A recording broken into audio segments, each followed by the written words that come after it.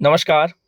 अगर आप एक सरकारी कर्मचारी हैं और टैक्स पेयर हैं, तो आज हम इस वीडियो में बात करेंगे कि फाइनेंशियल ईयर 2024-25 के लिए अगर एक सरकारी कर्मचारी जिसकी सालाना आय यानी कि सरकार की ओर से उसे पूरे साल भर में 9,50,000 रुपये मिलते हैं, तो उसे कितना टैक्स देना पड़ेगा और किन-किन स्थिति में उसे छूट रहेगी और साल भर में उसे कितना टैक्स पे करना पड़ेगा। और इसके साथ-साथ ये भी देखेंगे कि ओल्ड रिजिम और न्यू रिजिम इनमें से कौन सा रिजिम चुनने पर उन्हें फ़ायदा होने वाला है। तो चलिए शुरू करते हैं।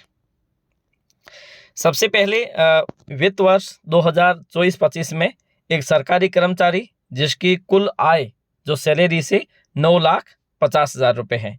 अब किसी भी सरकारी कर्मचारी को जब पूरी आय जो है उसके आधार पर ही उसे छूट कुछ प्रदान की जाती है।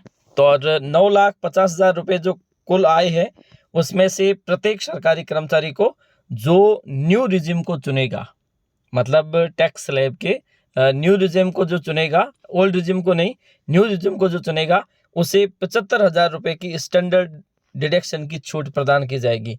लेकिन ये ओल्ड रिजिम में अब भी 50,000 रुपये ही है।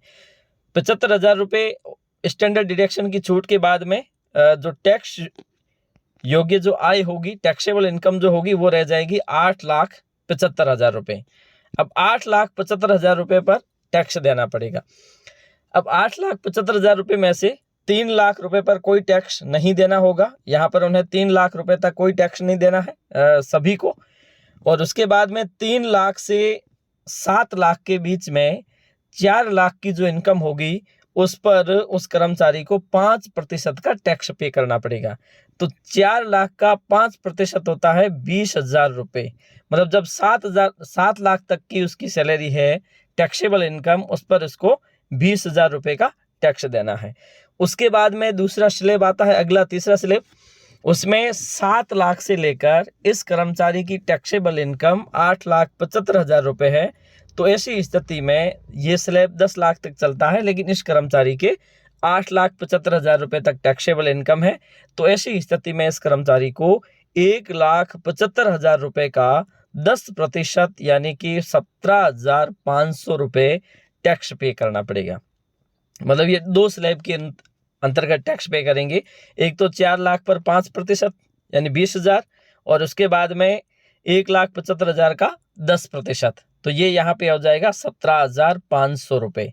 इस प्रकार से इस कर्मचारी को न्यू रिजिम यानी कि जो नई टैक्स गणना है उसके अनुसार अगर वो चुनेगा तो उसे 37,500 प्लस 4% का सेस है, वो उपकर है, वो टैक्स पर लगेगा। जैसे 37,500 का 4% होता है 1,500 रुपये। तो इस प्रकार से मिला के इस कर्मचारी को न्यू रिजिम के अनुसार 39,000 रुपये टैक्स पे करना पड़ेगा पूरा, मतलब सेस और मूल टैक्स मिला के। तो अगर किसी कर्मचारी की इनकम 9,50,000 रुपये है। अब हम देखते हैं पुरानी स्लैब के अनुसार अगर ये विकल्प चुनते हैं तो इनको कितना टैक्स पे करना होता और कौन कौन सी इनको छूट मिलती। अब मान लीजिए पुरानी स्लैब के अनुसार, पुरानी रिजिम के अनुसार इस कर्मचारी की कुल आय है 9,50,000 रुपये। अब 9,50,000 रुपये में अब यहाँ पे स्टैंडर्ड डिडक्शन की जो छूट दी जाएगी वो केवल 50,000 रुपये दी जाएगी, क्योंकि 75,000 रुपये है वो न्यू के अनुसार है और पुरानी के अनुसार 50,000 रुपये ही रहेगी। उसके साथ साथ 1,50,000 रुपये उन्हें डिडक्शन छूट रहेगी अगर उस कर्मचारी की सैलरी से किसी प्रकार की डिडक्शन जिसकी अधिकतम सीमा 1.5 लाख रुपये होगी। 1,50,000 इससे मिला के आप मान लीजिए 2 लाख रुपये की छूट मिल जाएगी। अब उसके बाद में 9,50,000 रुपये में से 2 लाख रुपये हम घटा देंगे क्योंकि इसको छूट मिली है। अब इनकी टैक्सेबल इनकम है वो रह जाएगी 7,50,000 रुपये। अब 7,50,000 रुपये में यहाँ पर भी एक चीज़ आपको यहाँ देखनी है कि न्यू रिजिम के अनुसार 3 लाख तक कोई टैक्स नहीं था, लेकिन पुरानी स्लैब के अनुसार आपको 2,50,000 तक कोई टैक्स नहीं पे करना पड़ेगा।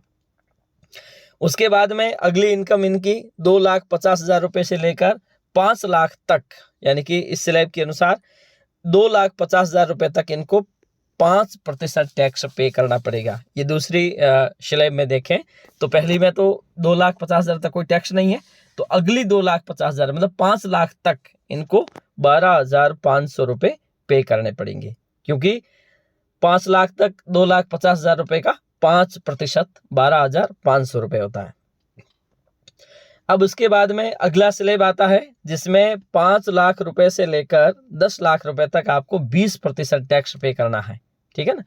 तो ऐसी स्थिति में आपको यहाँ देखना है कि 20% ये जो टैक्स है इसमें इस कर्मचारी को 7.5 लाख, क्योंकि 7,50,000 रुपये ही इनकी टैक्सेबल इनकम है, तो 5 तक तो ये 2,12,500 रुपये पे कर चुका है। तो ऐसी स्थिति में अब उसे 5 लाख से 7.5 लाख तक यानी कि 2,50,000 का 20% है वो टैक्स पे करेगा 50,000 रुपये।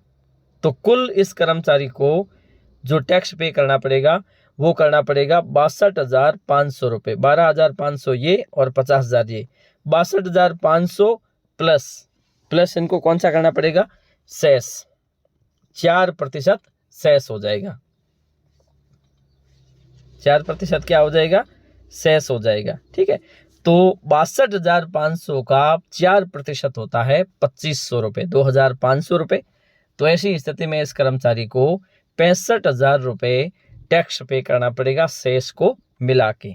तो इस कर्मचारी के लिए न्यू स्लैब यानी कि न्यू रिजिम है टैक्स की, वही सबसे बेहतर विकल्प हो सकता है, क्योंकि इस कर्मचारी को न्यू के अनुसार तो 39,000 और पुराने के अनुसार 65,000 रुपये का टैक्स पे करना पड़ेगा। तो यहाँ पे न्यू रिजिम जो है ये इस कर्मचारी के लिए बेहतर हो सकता है।